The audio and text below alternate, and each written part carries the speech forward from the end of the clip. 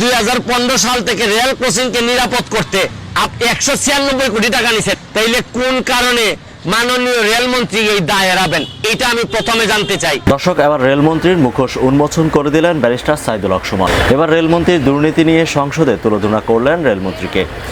সাম্প্রতিক সময়ে এমনই একটি ভিডিও সামাজিক যোগাযোগ মাধ্যমে বেশ ভাইরাল হয়েছে। তো চলুন ভিডিওটি দেখে আসি। মানে এত কোটি টাকা নিয়ে গেটম্যানদের নিরাপত্তা বা গেটের নিরাপত্তার জন্য এই টাকা যে কি করছেন আল্লাহ মাহবুব জানে। আপনাদেরকে আরেকটা কথা বলতে চাই, মাননীয় রেলমন্ত্রী আর বাংলাদেশের রেলগুলো দেখলেই দেখবেন একদম পুরাতন।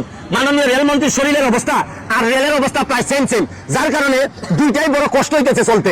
আমি বলছি না যে মানুষ বয়স বেশি হইলেই দুর্বল হয়ে যায়, কিন্তু মনের মধ্যে যে শক্তিটা থাকতে হয় এটা আমাদের এই মাননীয় রেলমন্ত্রীর নাই।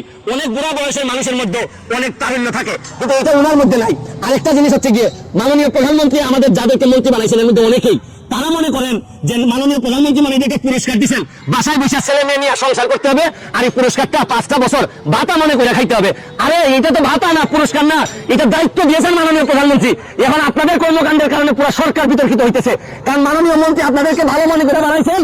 আপনারা সততার সাথে যোগ্যতার সাথে আপনারা রেলটার সামনের দিকে নিয়ে যাবেন, খালি ইয়েস করার জন্য আপনাদেরকে বানান নাই। আলটিমেটলি ইয়েস করে দেশটা 12টা বানাই ফেলতেছেন আপনারা।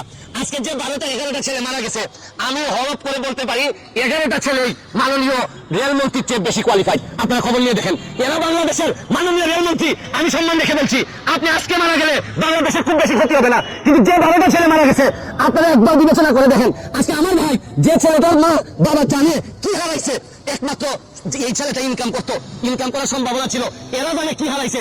গেটম্যানের মামলা দিয়ে মনে রাখেন দুনিয়াতে রাজত্ব করতেছেন। তো আপনারা তো রেলমন্ত্রী, মাননীয় রেলমন্ত্রী, আপনারা ছেলে মেয়ে আছে, ব্যারিস্টার বানাইছেন, সুরক্ষিত করছেন এদেরকে, কিন্তু কাদেরকে অরক্ষিত করে দিচ্ছেন একবার বিবেচনায় নেন। দর্শক, ভিডিওটি ভালো লাগলে একটি লাইক দিন এবং শেয়ার করে অন্যদের দেখার সুযোগ করে দিন।